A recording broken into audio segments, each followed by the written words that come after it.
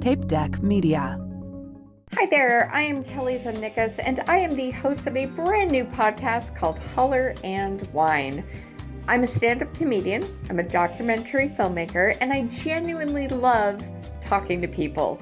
And despite the fact that I do not care for the sound of my own voice, I've got a podcast now.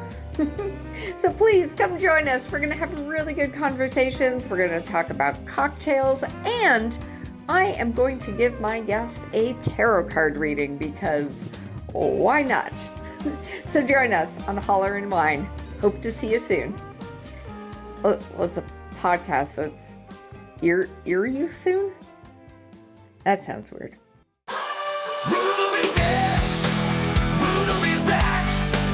We got the riddles that'll make you chat. Oh yeah, baseline stuff with groove is tight. Get your funk on, we're rocking tonight. One more time. Good morning, Ruddlers and Ruddle Maniacs. Welcome back to another episode of Ruddle Me This, episode 90. Good God, how does the time fly? As always, as I have been for the last 90 episodes, I am your faithful host, the Quake City Queezer, Taylor Ruddle. Just gotten back from recording this interview, and we're going to push it a little bit earlier than scheduled due to some time-sensitive information that the guest drops towards the end of the episode. So this week I have local Christchurch-based musician, singer-songwriter Ruby Kush in the studio. And by the studio, I mean one of the meeting rooms at the Turanga Library in town. Turns out they let you book the meeting rooms. I felt kind of bad because we had it booked in, and apparently they just let people use them when they're like not being booked. So they had to actually kick out a bunch of young girls who were like studying in there, I think. So I do apologize for that. If I had known they were going to do that, I wouldn't have booked it in. So my bad. I wasn't sure how the audio was going to come out recording in an unfamiliar space. I don't think it's too echoey. I just had a bit of a listen before, and it sounds pretty good to me. So once again, got to get the plug in before we start the episode. Please come along to my stand-up comedy show, Taylor Ruddle Panic at the Buffet, on the 26th of October at 8:30 p.m. It is on at the Little Andromeda Theatre. You can get tickets at littleandromeda.co.nz. As of this stage, which is about 3 weeks before the actual show, we are about a quarter of the way sold, which is incredible. This never happens to me. My tickets never sell in advance. They're normally selling a couple hours before the show, so this is fantastic. So if you'd like to get along and have a giggle with us on that, and we're taping the special, it's going to be sick. Can't wait to see it dropped. And I'd love for you to be there in the audience laughing loudly while we record that. So once again, today's guest, Ruby Kush, her bio says musician, Maori Media AUT, and her most recent album release is called Stardust. We talk about that a little bit in the episode. So please, ladies and gentlemen and ramblers of all ages, welcome to the show, Ruby Kush, everyone. Ruby Kush, welcome to the podcast. Kia ora, thanks for having me. No, it's been good. How do we sort of saw each other on TikTok, I think was kind of Yes. how I became aware of you. I think so. And we are recording today in the Turanga, one of the meeting rooms, so I hope it's not too echoey for the listeners, but something different, and it's cool that they have this available to us, so I thought, why not? Let's give it a try. So you are a singer-songwriter. Did you write your own songs too? Yes, I'm a singer-songwriter, and I also write rap. Oh, there you go. Yes. Very cool. How long have you sort of been in this game for? Well, that's an interesting question. So I've been out there performing as an artist for, I'd say, about 9 years. Yeah. Very cool. Did you is this you're hoping to make a sort of career out of it? Was it a bucket list thing? Have you what was your kind of jumping off point to getting into music? Well, actually, that's quite dark. So I've always made music. So music actually is a part-time business of mine. So I do make money humbly, but not enough for a full-time thing. But I do. Very familiar. I make enough money to fund things and have a little bit of extra. So I am very blessed.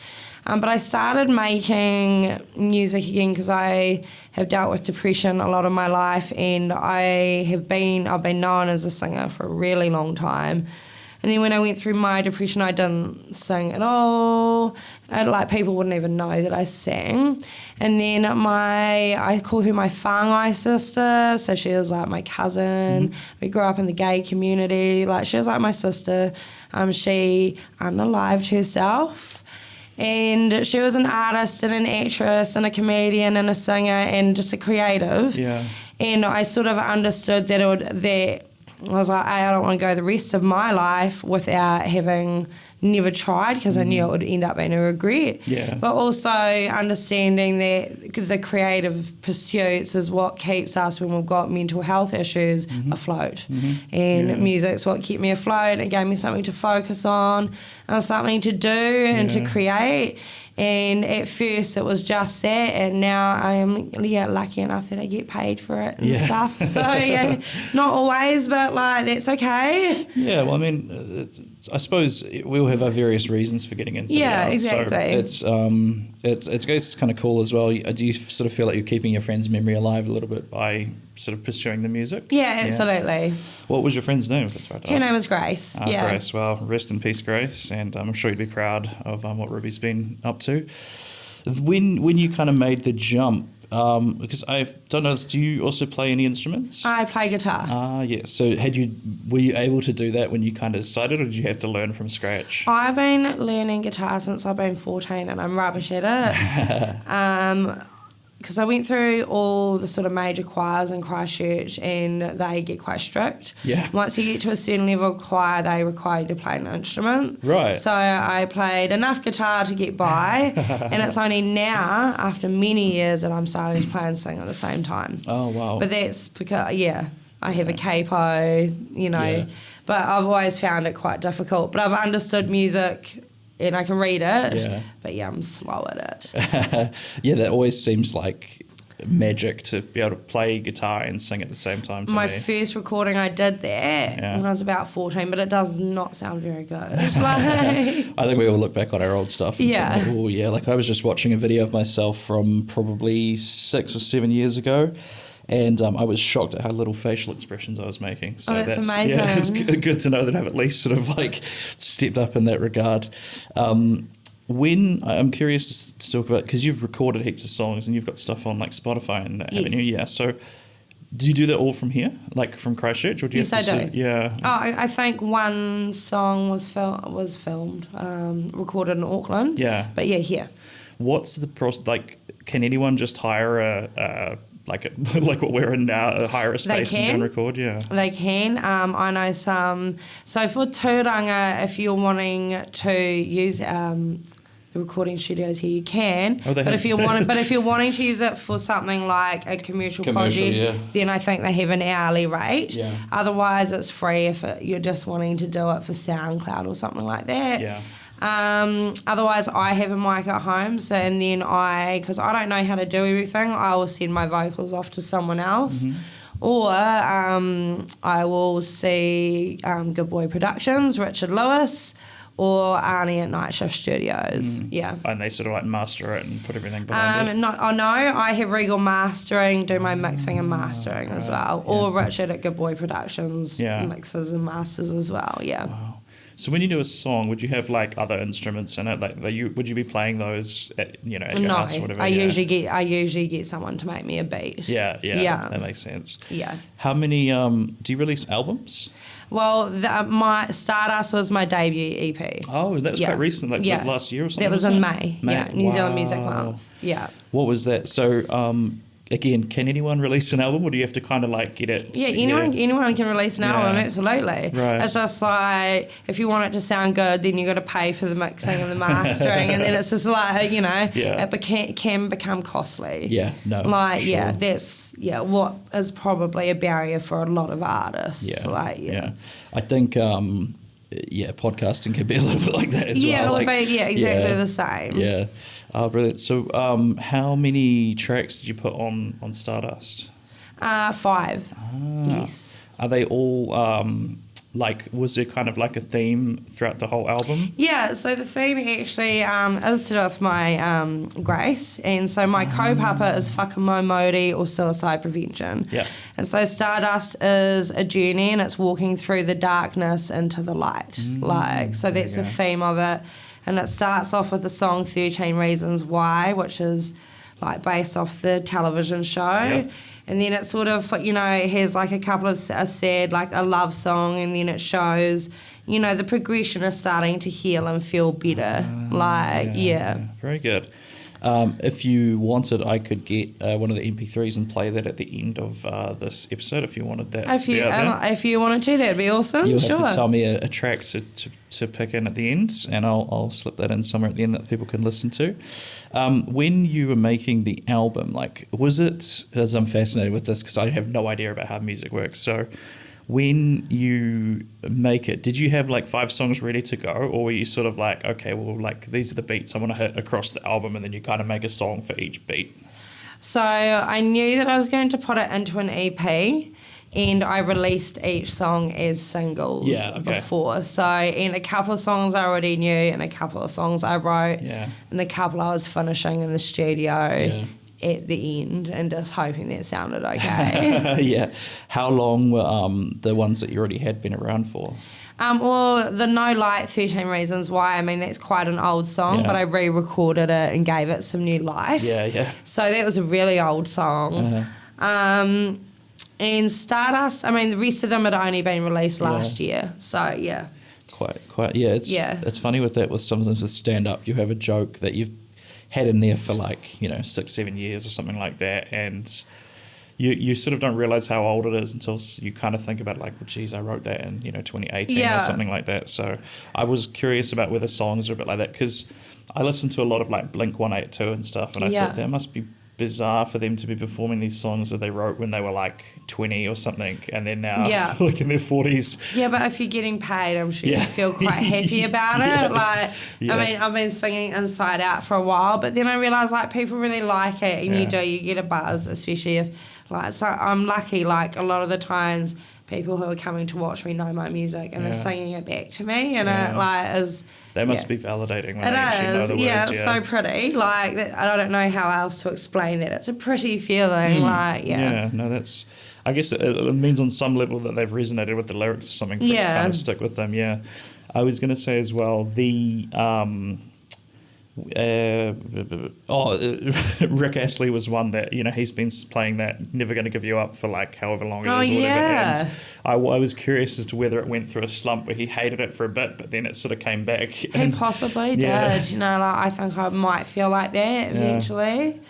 Yeah, I mean, I do have a couple of older songs that I'd probably be like, oh. This again, I got a bit like that when I was doing a tour. We did 20-something shows over the course of about a month. And that's so cool. Yeah, it was great. But by about show 13, we hit the wall of like, you'd start the opening line of a joke and you'd be like, oh, this again. So that's when you've got to like change the order around and change things to keep it sort of fresh for yourself. So I can only imagine what it's like to perform songs for literal years. So you must. But I think there's a little bit of a difference between music and stand-up. Is like music can be objectively good, whereas stand-up is quite subjective as to whether the audience laughs or not. So I think once you get it and you can nail a song, then it's a little bit different to just doing the joking, because jokes have to seem like they're sort of. I get it. Sometimes music's subjective as well. Sometimes people don't like what you're singing. So I've definitely had crowds that weren't impressed by me. And actually, my song Standards is 8 years old, and it's still my favourite to sing. Actually, so.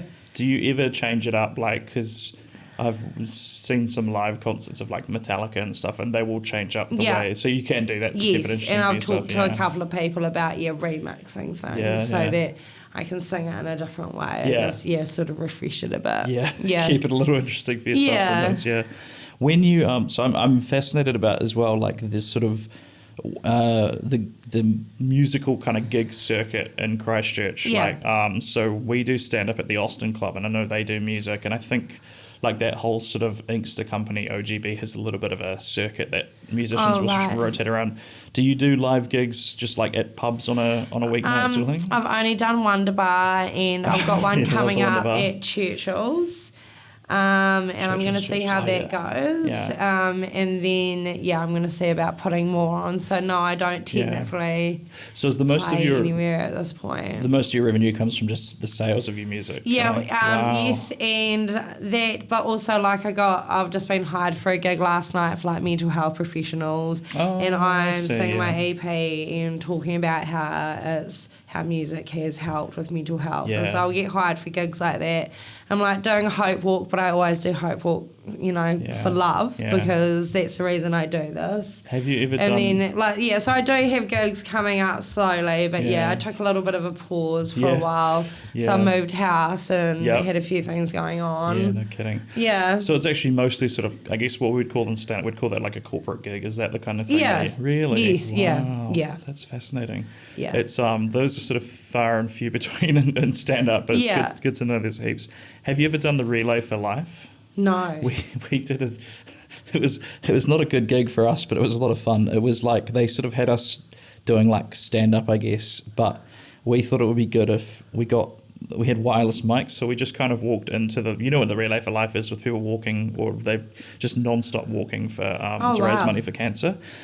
And so we thought, that'll be fun we could walk around and like interview people or chat to them and stuff, but we didn't think about it at the time, but we went up probably at 5 o'clock, and by this point people have been running or walking for 7 hours or something, so they weren't even really hearing what we were saying. Just all they're thinking about is one foot in front of the other kind of thing. So it was, goodness. In terms of laughs, it was a terrible gig, but it was a lot of fun. So if you're interested in doing something there, I could potentially put you in touch with someone. That sounds fun. Yes. I think music goes a lot better in those kind of things, because they don't actually have to be really paying attention. They can just hear it and this is nice. Absolutely. So we're gonna change it up. I think if we get asked to come back, we're gonna do a little bit more of we're gonna run almost like a mock news desk kind of thing. Cool. We'll bring a desk, and we'll probably still send people out to talk, but I don't think we're going to bank on it as much as we did that time. So, if you're interested in doing that, I can definitely put you in touch with Cherie, who's, I don't think Cherie's listening, but shout out to Cherie.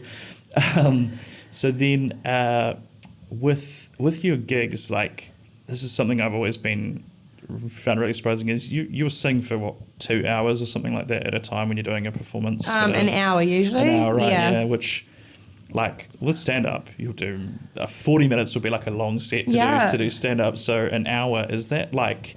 Do you look at that as a bit like, wow, I've got to fill all this time, or is that just like, this is beautiful? I can add in some covers if it's been an hour. Yeah. I mean, it depends. If people are hiring me just for my originals, then I'll do a half an hour set. Mm-hmm. But no, I think an hour's good. I'm doing Aroha Essence Festival in February, and I'll usually do an hour for them. What is that? Is that like it's a music festival. It's vegan friendly.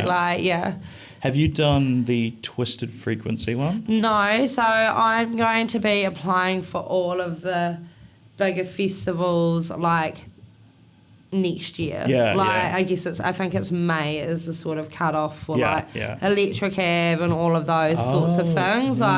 So it's just like a local artist, you could get into Electric Ave kind of thing? Well, maybe by then, perhaps, I don't know. Wow. I've got a video on Juice TV that's playlisted. It's on about 3 times a day. I'm about to film another, and I'm hoping with a couple of playlisted videos with my EP, I've been published in the New Zealand Music Commission and stuff like that, that hopefully that's enough to get me there. We'll see. Very good. I don't know.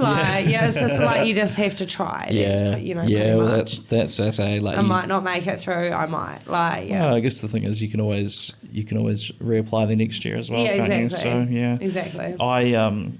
I think I'm taking the next year off of fringe festivals, which you would know what a fringe festival is. Yes, I do. Usually you do like a sort of new show for that, but I think I don't know. I haven't.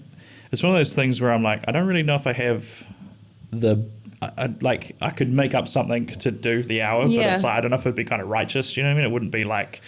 It would feel kind of hollow, I think. So I think I'm going to be like, it'll be the year after that I'll be reapplying for all this stuff. Yeah. Have you ever done like a little mini tour or anything like that around New Zealand? No, I guess yes and no. Like I have done the Auckland Hip Hop Summit. I have performed at J Day on Whangarei, so like I've played in a few different places, but I wouldn't count it as a tour. Like no. Is that something musicians do? Would they do like a little tour where you hit like, I don't know, Wanaka, Queenstown, and they would do something like that? Yeah, I'm looking at doing something like that next year. So I'm applying. I did a mentorship through Toi Orotahi this year. Oh yeah, and I've got a notebook from them somewhere. I was in the incubator music program, but I was in the group one, so I'm applying for the individual mentorship group, and I'm hoping that I can get into that, because then I can get a little bit more guidance surrounding, wanting to get into those festivals or whatever. And then also I'm wanting to have my next album be a little bit lighter. Yeah. And that's for me as well. It's not and then I'll have more music as well to perform by the time I'm ready to apply for those festivals and stuff like that. I'm sure the answer is probably like it varies, but does it take, how long would it take you to come up with, I guess maybe it's like jokes where sometimes you have something that'll drop into your head kind of fully formed, and then others you'll work on it for years and it doesn't feel quite finished until... Yeah, it depends what my ADHD has decided on the day. Sometimes I write a song really, really fast, like Inside Out was fast. Sia wrote the song Diamonds in 5 minutes. Really? Yeah, she was listening to the beat, waiting for a taxi. Wow. Like some of the best things are done. Some songs I'll go back and work on, but I reckon the best ones I've done have been those ones that just come in real fast. I've heard those referred to as gifts from God, I think. Pretty much. Punchline just falls into your head. So it's good to know that it's not just comedians that have that. And typically it is the ones that just fall into your head fully formed that will work way better than the ones you've had to really work at. So I don't know what the dynamics are there. I think maybe something to do with the fact that when you laugh, it's sort of it's an instinct. You're not thinking too much hard about it. I think it just sort of hits you. So maybe that's why, because it comes from a non-thinking place. It resonates. I don't know. We could talk all day about comedy theory. So do you have a crew of other musicians? I saw you posted that you were, I'm not sure who it was. It was someone that you were, maybe it's your sound tech or something yesterday. I was with King Cass. King Cass, yes. Is that another musician? Yeah, King Cass, he does a lot around breaking drug addiction. He's got quite a few videos out there. We've been working... We haven't worked together in ages, but we've known each other. The last time we worked together was maybe like 8 years ago. We did a music video together way back then, and he helps put me on gigs, and I'll help put him on gigs, and he's doing really well at the moment. Nice. He's under New Zealand Music, and he's been doing some pretty big things, so that's been cool. Because I know you're quite into advocacy, and you do like a few protests and that sort of thing. It was a weird question, but what is the drug that affects the most people in Christchurch? Do you know? I'm not sure, but I just assume it's methamphetamine. I was staying up in Auckland for a couple of gigs, and the Airbnb host I was with, I think she was like a real estate agent, and she asked me, she's like, is cocaine a big problem in Christchurch? Oh, I have heard that that's going around quite a lot, yes. I was like, I don't think I hang around with people that have the money to do cocaine, They make it cheaper. And yes, I've done advocacy. So I've worked in cannabis law reform for about 13 years. The last name, yes, and when I went into it, it's because I wanted weed legal, and now I can get it sent in the mail. So therefore I achieved what I wanted. And I ran in the elections for the Aotearoa Legalised Cannabis Party. Really? Got 2,823 votes, and I kicked Labour out of their seat. Did you? And Te Pāti Māori have that seat, Takuta Ferris. Right. He fought a good fight though, and... Yeah. Oh, so this is you got the seat and then you lost it again? No, I didn't get the seat. I got what they call the killer 5%. Ah. So that means I'm like the votes that I gained could have, the Labour person could have won with those. Oh, I see. That's quite interesting. Yeah. But I've been sort of looking at. I'm not as green aligned anymore, as in Kenna aligned, because I've got a few more things, because people have asked me about running for council, so I'm considering running for council. next year anyway in Christchurch, because, you know, there's more I can do than just that. So, yeah. Where the hell am I? My electorate's like the Waimakariri area, I think. Oh, yeah. And I don't even think we had a red candidate. Yeah, probably not at all out there. Yeah, it's probably a very Tory area. Yes, it seems to be that way, yeah. Yeah, so, I mean, I'll either run for council or community board, be one or the other, but... So then what is exactly the difference in that? Council would be you become a MP, is that what it is? So a councillor is like the guys that sit in the offices over there, and they're like that. Ruby's pointing over that way, and you've got like the mayor, the deputy mayor, and they represent their areas, and the community boards are right on the level, and those guys are talking about the speed humps. And they're the ones that you go to, and they're fighting for extra rubbish bins or to stop aggressive begging, and then they liaise with the council. Right, if that makes sense, yeah. Do you have any preference either way, or are you kind of sort of tossing it up? It's just, it's kind of like I do music. I was in the Canna Party for so long, so I've been in politics for ages. I would run for both and see what happened. Oh, so you can run for both? Then. Yeah, and I'll just see, see what happened. Yeah. There's not one Māori woman on Christchurch City Council. Yes, doesn't surprise me.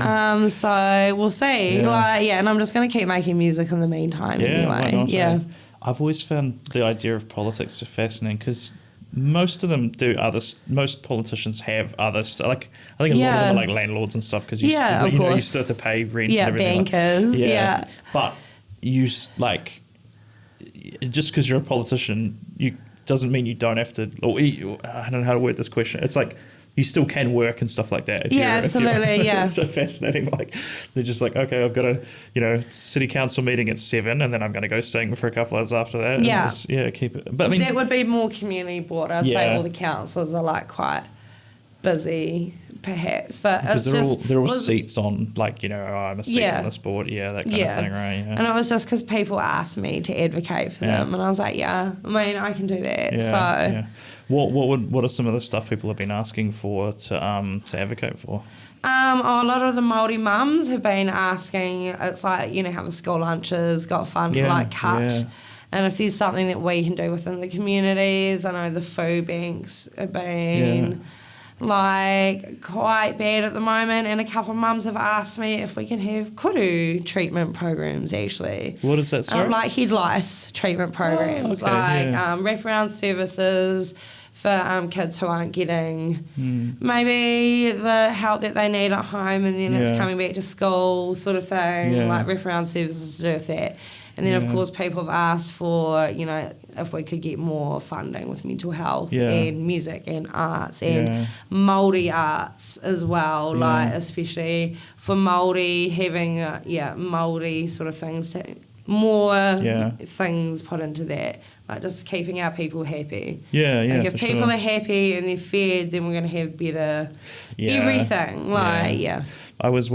We watched this, it's actually a Hindi, I don't think it's a Bollywood movie, but it's like an Indian movie, and it's called Mountain Man, and it was, gave me this really shocking epiphany the other day where, it was a real guy, and his wife died falling from a mountain. It was like his village, then there was a mountain, and there was another village, like a bigger village with better healthcare and stuff. And his wife slipped and fell trying to climb over the mountain to get food or supplies or something. And so he spent the next 22 years basically carving a road through the mountain with just like a hammer and a chisel or something. And I couldn't figure out why the movie stuck with me until I did this podcast about it with an Indian comic from Christchurch. And we were talking about the idea that, like, we're so bombarded with, like, the world, like the world's, what's going wrong in the world at the moment because of social media.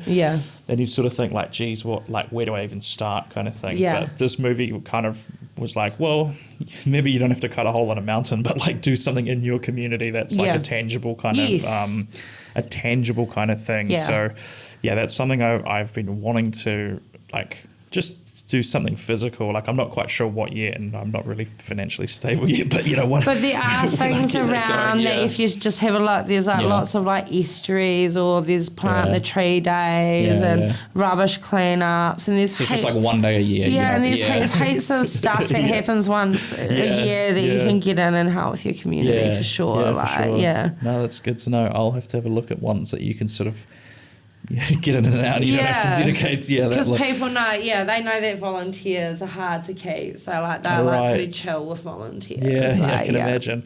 I did consider doing. At one point, I was thinking about volunteering to do like community patrol or something like that, which you just drive around. Apparently, you drive like medical supplies from hospitals to hospitals or something. And I don't know. I never had the sort of like free time that I wanted to look into that, but it sounded kind of interesting, and driving around at night is always kind of nice. So, should have a look into community board. I think when will it will be just poke around wherever you live and have a look, because usually and that's like stuff that's coming up that you can help with. Okay. And then you can just sort of watch and see what you think of it. Because it's hard to explain. You just got to go and sit there and watch, and then you're like, oh whoa, and then you're like, is that what the council does all day? And I'm like, half the people went and just watched, then maybe they'll stop trolling them online. But I think the hard thing is most of their meetings happen during the day, don't they? Yeah, they do. So most people are working. They're always filmed though, and they're on YouTube. Really? Yes. Well, there you go. You learn something new every day. Yes. I'll have to chuck a link to that in the show notes, because they have like a YouTube channel kind of thing? Christchurch City Council. Shit. Yeah. I did not know that. And that's brilliant. They live stream as well. So you can heckle them from... No, all the comments are turned off, obviously. That's probably the smart move there, but isn't it? you can, but they do have them all up there so that the public can see it. That makes sense. Oh, that's very cool. I'll have to, I'll look into that when I go home. Anything else like activism or political that you'd like to talk about? Get out there to the people? I'm filming my next video for the song Only You off the EP on the 23rd of October.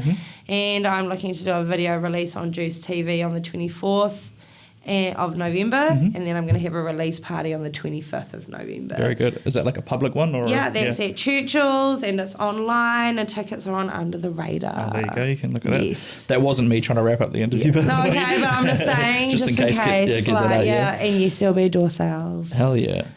Churches. So it's in Sydenham. I think I know the one. I feel like I used to work very near it. Yeah. But is doing pub gigs something you're interested in doing when you're sort of spinning up next year, or is that not? Yeah, I'm looking at setting up more because, it's good to have opportunities coming. If I'm doing that up to before I'm starting getting festival work and stuff, it's helpful. I don't know what the money's like. I made off my last gig. I'm prepared to break even. Really? Yeah. I'm never prepared to lose, but break even, okay. Yeah. It's like the Fringe festivals all over again. That was prepared to break even. Yeah. I think I was talking to someone who said, isn't that disappointing that that's what a lot of artists kind of say. Or I will not go into the red this year. Much. I will not spend my own money on my art this year. Oops. That's right. I had a follow-up question, but I've lost it. I'll just ask more about music. So you're from Christchurch. We're talking about briefly the typical what school did you go to stuff came up before. We don't need to do that on the podcast though. Yeah. But what are your feelings about being a musician in Christchurch? Do you feel like it's a good place to like learn the ropes and come up, or have you ever considered moving elsewhere to follow it? I felt like that I had to travel the North Island. I did the first female rap cypher on Rotorua. The first what, sorry? Female rap cypher. What's a rap cypher? So a rap cypher is where people jump on and they rap. Oh, okay. It was the first all-female rap cypher. Yeah. So I feel like I had to work my hiney off in the North Island before anyone would accept me in my own town. Really? Yes. What was how come you felt that? I don't know. Yeah. But now it's all good. Yeah. So I just make sure I'm supportive of other people. And interesting. Yeah. A lot of people say they find that it's a bit cliquey. Yeah. Well, yes. It's Christchurch, of course, isn't it? Yeah. So, the music scene's cliquey. It is, even the music scene. Oh, wow. That's really interesting. is it the road dog aspect of like you hit the road up north to kind of like I have no idea. prove your metal or something like that? I have no idea. I would call myself, I'm a hip hop pop artist, but I don't know. Yeah. I know that I won't sit at tables that I'm not welcome at. Right. And where I'm welcome is where I'll go. Right. Yeah. Pretty much. Fair enough, Yeah. And if I'm not welcome there, but they're going to pay my check, then I will be there for those 40 minutes right, and then leave. Like, yeah. Oh, you mean in terms of gigs? Yeah, in terms of gigs. Yeah, okay, I'm with you. Yes, yeah. So then, as I guess just, do you feel like it's difficult, or like, do you feel like it'd be easier if you went to Auckland, say, for example, or, because it's just this exact same as stand-up is, a lot of people sort of just want to get good enough to where they can go to Auckland and then try and sort of, get on 7 days and the TV and that sort of thing. But I have an issue with that mindset because I feel like, Christchurch is the second biggest city in the country. Like, surely we can build it up to, like, America, they have New York and LA. Those are the two big ones. Yeah. It's like we for sure can have two here as well. But I seem to be in the minority there. Yeah, I don't necessarily think that. I mean, Auckland's pretty accepting. That's the good thing about Auckland. They're accepting of all types of genres of music. More of a melting pot than here, I think, isn't it? They really are. So that's why it's good. Yeah. Like, and I do want to play there, and I will, because I lived there for many, many years. It's one of my favourite places. Yeah. But I think you shouldn't have to move to make it. I know people like move to LA, like especially since COVID. Like, you just don't need to. They call it, would it be bedroom producers or something like that? Yeah. Like, I've got a walk-in wardrobe, I've got, a Rode pod mic, so I can just record in there. Yeah, I've got a studio straight up, there you go. Yeah, exactly. In between my costumes and shoes. When you, this is actually a good question, when you do a show, and this is something I haven't really figured out as my look for stand-up yet, I think I've got this red checkered shirt that I've started wearing a bit more now because it's something. Yeah. Normally I'd be just jeans and a t-shirt, but do you have a kind of, do you have a look that you curate and stuff for your Oh yeah, for your shows? I just dress up. My hair was blue in my music video, so I'm going to have blue braids in my next one. Yeah, I always make sure I'm dressed up to the nines. Yeah. Sometimes for music festivals I'll wear a tiara. Yeah. But I dress up, so it's definitely, I'll look like a diva, I'm like, I'll go to the nines and I'll wear different things and I'll circulate the outfits, so. There was an old wrestling saying where it was guys that didn't want to work out, and one of the bookers said, well, if you're going to look like the audience, you might as well go and sit with them. Yeah, so exactly, something that I'm very bad. I look very much like the audience right now, but yeah. It'd be harder as a guy. Like, I've got a couple of friends who are DJs. Like, one of my friends, what does he do? He's got like matching shirt and his shoes match. Like, so, it's... But then he's covered by the DJ booth. Yeah, true. But tough, yeah, true. But like, there's wee things. I don't know. You definitely can do it for sure. Like, there's a young guy, Tama. He, I actually realised the importance of the look when I saw an old photo of him. He now wears these striped green shirts that look a bit like the Blues Clues guy. Cool. And it's a great look. And then I saw an old photo of him. We didn't have it on. I thought that doesn't look like Tama. And so that was when I went, look is very important. I noticed, have you got a Sailor Moon hoodie on there? Are you quite into... I'm a millennial. Yeah, okay, so are we, because I'm 32, are we the similar age? Oh, I'm a little bit older than you. Yeah, a bit older, yeah. Okay, but we're in the same kind of ballpark. So you grew up watching Sailor Moon? Yeah, I'm in the same generation. Wow. Yeah. I think I remember it being on in the mornings, but it was always earlier than I could wake up. I think it was on about 7 in the morning or something. Yeah. And I'm not a morning person. One of my besties was Chinese, so she would have, I wouldn't understand any of it, but I watched all the episodes. Yeah. Her family would bring over from China. Yeah. So I remember being very lucky. Wow. Is there anything else from that kind of era of anime that you watch? Oh, Gem and the Holograms my friends were talking about. What else in that era? I vaguely remember that name. I don't know. I guess I can't. Sakura Cardcaptor. Oh, yeah. Shit. Can you catch me, Cardcaptor? That's I used to watch that. My brother and I used to watch it after school. Yeah, we I had the used to book, watch with all the cards in it. It was like a plastic thing. Yeah. Jealous. That was pretty bougie. Wish I had that. Even today, I wish I had that. That'd be a cool thing. So cool. So we just come up on 35. I'll ask you some of these kind of left field questions I've got, but they're just kind of interesting interview questions that maybe the sort of typical things you're not asked. I like that. So first one, this one might be a little more standard, but it's always a good one. Do you have a motto? Walk in the light, know the darkness, speak the truth. Oh, shit. It surprised me how quickly people have been able to say this. I had to think really hard about mine and did a couple podcasts the other day. Someone had one straight away, so that's very good. If he ain't paying your bills, pay him no mind. Yeah, okay, I can get down with that one. Okay, so then next one here. What was the last thing you laughed really hard at? Oh, there's this video and it's of this lady, Jackie, and they're like, Jackie, did you key his car? And she's like, yes, I did, Your Honour. He was texting this girl and he didn't see me, so I keyed it. It's like, that was the last thing. She's actually in court kind of thing. Yeah, in court. And she's like, yeah, that was amazing. Brilliant. Look up Jackie keying car, everyone. Hilarious. Okay, next question. Do you think you would survive a zombie apocalypse?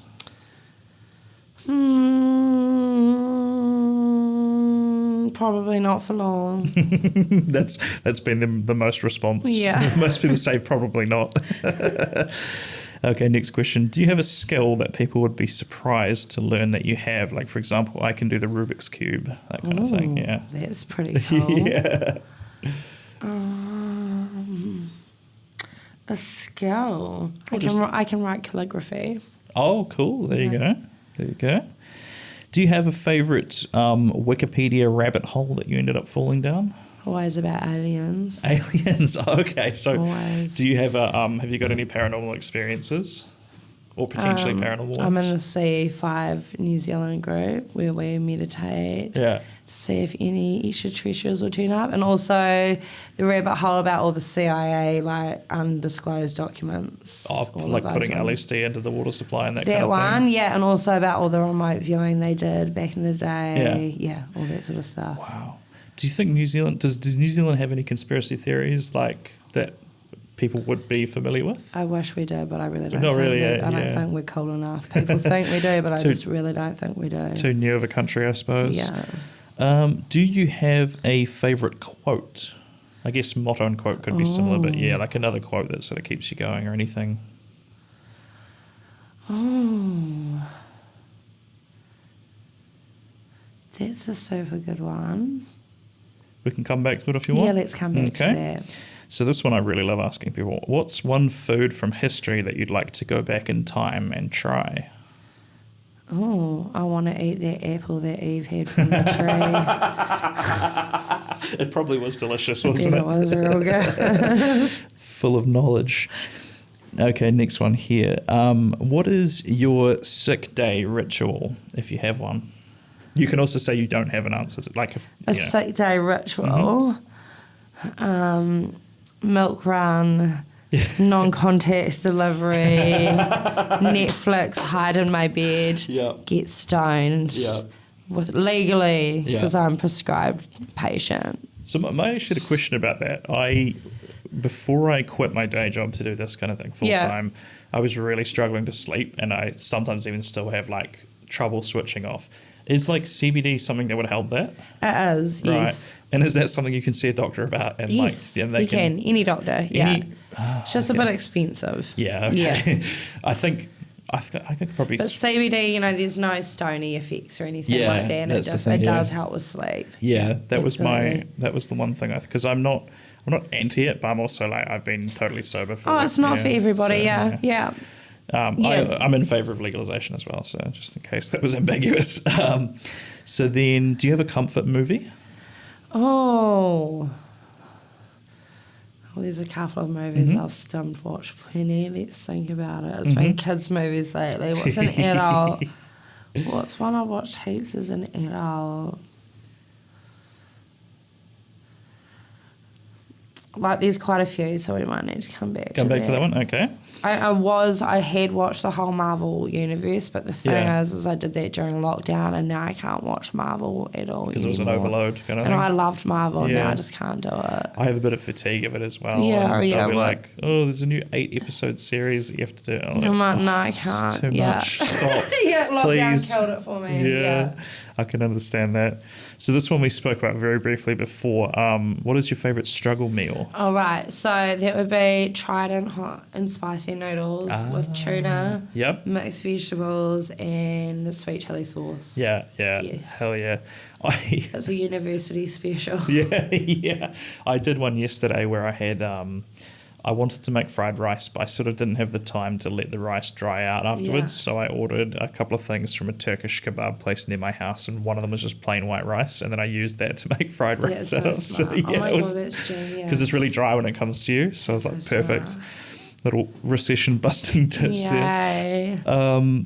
Does anything live rent free inside your head? Like it's just something you think about every day? I think Cardi B. Cardi B, what, just her in general. Just her lyrics. Hickory dickory dock. Like, just people don't understand how smart she is. Like, Right. she speaks like 3 languages, and she Wow. like music lives rent free in my head every it's day. a pleasure word, Yeah. wouldn't it? Yeah. I think I don't know if I've heard much of her music, but I know Megan Thee Stallion has a lot of yeah. anime in her lyrics. Yes, she lives which rent free is in my pretty head cool. sometimes Yeah. too. Do you have a favourite meme? No. No. No, there are too many good ones. Yeah, that's true. And do you have like a series that you're watching, or an album you're listening to, or a book you're reading that you'd like to recommend to my listeners? Oh. I would recommend a series. Well, obviously Rick and Morty. Oh yeah. Watch The Wheel of Time. Oh, you're into Wheel of Time? Yeah, wow. watch The Wheel of Time. Have you read the books as well? Not yet. What do you think of because I've read the books and watched. What are they on season 3 now? 2? I think it's 2. I'm waiting for the next one. Wow. I actually cried for an entire day after Nynaeve came back through those 3 doors. That was when she went and... Okay, so spoilers for people listening. I'm going to assume most of my people don't watch or read Wheel of Time, but just in case you do, spoilers beyond this point. So, yeah, what was that episode? She was seeing all of her potential... She lived her entire life. That's a big theme in Wheel of Time, isn't it? She had like a 7-year-old baby. And She was with Lan, right? Yeah, and I know it was all fake and she's a fake character, but no, I cried for like 24 hours after that. Do you know she's a New Zealand actress? Yes, I do. Yeah. Yeah, I was watching something the other day. It was called... It was something Killian's Curse, which was like a New Zealand TV show. Oh, was she on there? I was looking and I was like, where do I know her face from? And then I Googled it and I was like, is this Nynaeve from Wheel of Time? Yeah, Wheel Wow. of Time's so good. Yeah, I highly suggest watching it. It's beautiful. Have they revealed who the dragon is yet? Not yet. Who do you think it is? Rand. Oh, okay. So you're on the right track then, I guess. Yeah.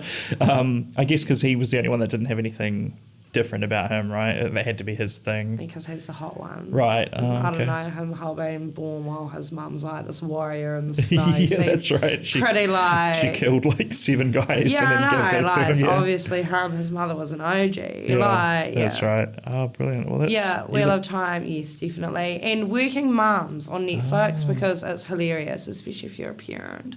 What is that like? Just sort of... It's a comedy. Yeah. Her name's Catherine Reitman, I think, wrote it. And it's about, women who work full time and juggling being a mum because everyone's like, you can't do both, but you can. But the struggles of it, and it's a comedy. Yeah.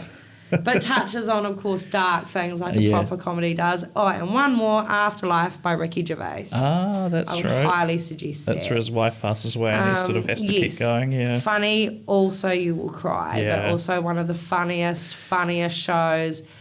Yeah, I could never cried and laughed so much in one show. It's Really? not funny. Yeah, he's really good, isn't he? Yeah. Yeah. Oh, that's some brilliant recommendations. Did you think of a quote that resonates with you at all? I think like in one of my songs I say, if people talk about you, you just need to know that it's more about them than it is about you. 100%. And just like brush it off. Like, and also that beat to if they don't pay your bills, you know, pay them no mind. Don't let their opinion count. No one doing better than you in the arts, like no matter what arts it is, will come down to criticise you on what you're doing. Only someone who is lower than you and struggling will give you shit. Anyone who's doing better than you will only ever give you kind advice, or they won't stop to say anything. 100%. So remember that. I always tell comics coming up that, like, when they ask, you know, Chris Rock and Gervais and stuff, like, how did you get so good at comedy? They never say, oh yeah, it was by beefing with everyone in the open mic scene and talking shit about other comedians. It's never that. It's just, don't worry about what everyone else is doing. Stay in your lane. And focus just on your work thing. your ass off, and it doesn't matter how long it takes. Just keep making art. I'm lucky. I got to be on TV and stuff, and it's just... How did that come about? Like, did you just... Because I ended up in a mentorship talk with Grant Hislop, but he said that the songs there from his own merit. Like, they only playlist songs they like. So. Well, that's what they say, luck is just preparation meeting opportunity, right? Yes. So it's you'd done the work and it was good to go, and just you needed to put it in front of the right people, right? Yeah, exactly. So we're bang on 46. That's probably a good amount of time for you to do it. So you're very good on social media, which is rare of my guests. A lot of artists are not great at that organisation side. I'm lucky. What are your plugs that you can get out there? For social media, my link tree's on there, Ruby Kush Music. Rebecca Robin is my political page. The only reason I'm good on social media is because I did a mentorship with a multimedia company, and he taught me how to market properly. Also, if you don't like a lot of things, unfollow me if you're on my social media, because I'm marketing most of the time. Right. Like, I'm on YouTube, Spotify, all the things. Listen to my music if you want to, and I've got a video on YouTube. Yeah, exactly. And look out for the new one coming on Juice TV. Yes. Brilliant. Okay, well, thanks so much for joining me. This has been a lot of fun. It's been cool to meet someone from another world. Anything else you want to get out there before we wrap it up? Hope Walk is November the 9th, and we would adore if you guys would come. And if anyone wants to be in my music video for Only You, we're filming October the 23rd, 10 a.m. outside Bronski's Dairy on Ferry Road. Look fly, no matter what that means to you. Hell yeah. All right, well, thank you for joining me, and we'll play one of your tracks right now. Thanks.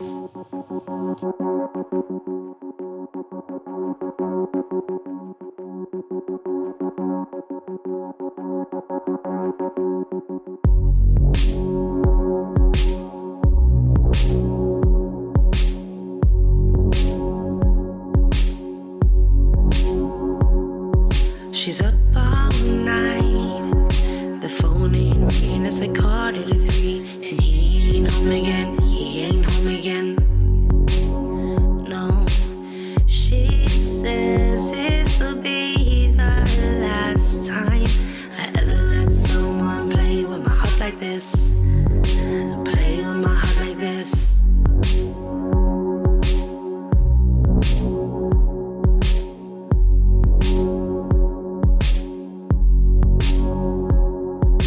Tossing and turning all night, he rolls in at the break of daylight, head in her hands, she knows it ain't right. I gave, you took, till there was nothing left. Out there with the shirt off my back, and he still ain't home again. He ain't home again, and he still ain't home again. He ain't home again, and I'm inside out again, and I'm inside out again. Boy, I'm playing, I'm leaving, packing my bags, forget about you, forget about you, and I'm putting myself back together. I don't know about you, cause you ain't so clever, but I'm done being turned inside out over you, inside out over you, over you, over you, inside out over you. And I'm moving on now. I can't believe I dated such a clown, but we're all humans, we all make mistakes. You can keep my picture for your keepsakes. you did me wrong, but then you did me wrong.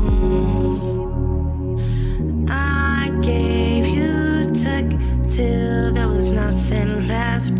Out there with the shirt off my back, and you still ain't home again. He ain't home again, and he still ain't home again. He ain't home again, and I'm inside out again, and I'm inside out again. Boy, I'm playing, I'm leaving you. Pack up my bags, forget about you, forget about you. And I put myself back together. I don't know about you, cause you ain't so clever, but I'm done being turned inside out over you. Inside out over you, over you, I'm over you. Inside out over you, over you, I'm over you. Inside out over you, over you, I'm over you. Inside out over you. And that was Ruby Kush's song Inside Out Over You. You can find the link to that. I'm going to chuck a link to the music video in the show notes. Go and check that out. It's quite a cool music video. And then, of course, all of Ruby's links are in the show notes as well. Thanks for listening. We'll catch you next time. Ruddler out. Thank you for listening to Ruddle Me This. Don't forget to hit subscribe and leave me a review on your favorite podcast platform. You can find me on social media at Taylor Ruddle Comedy on all the major platforms. You can also join patreon.com/Taylor Ruddle Comedy for free, which gets you access to all sorts of extras and behind the scenes content, as well as allows you to communicate directly with me and let me know what you think of the show. Tune in again next Monday for another episode of Ruddle Me This, and until then, Ruddler out.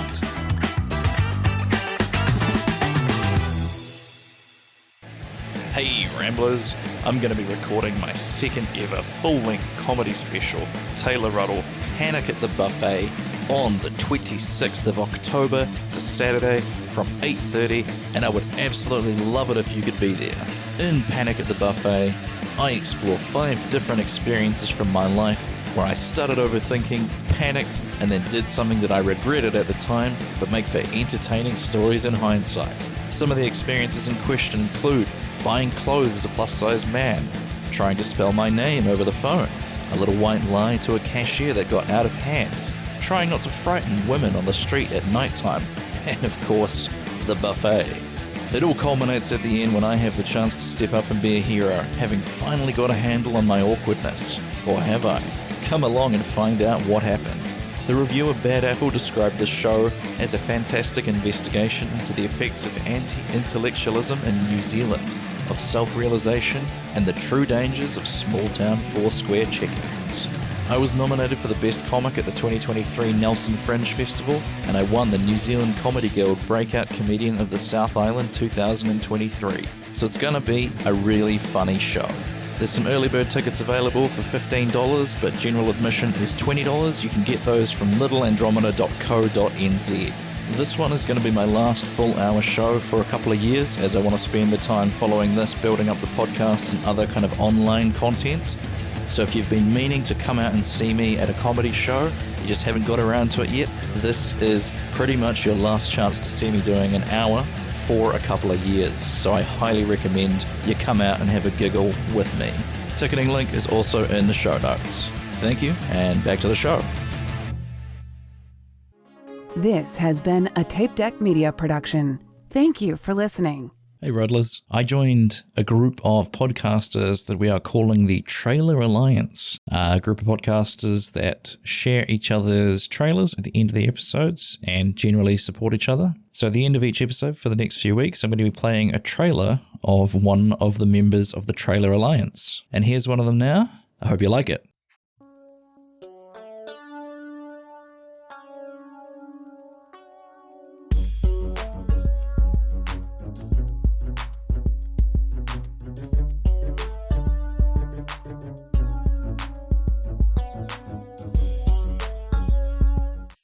What's up, everyone? This is JJ. Listen, I'm always wanting to try to engage with you all, but some of you are still so shy. Please don't be shy. I'm not going to bite.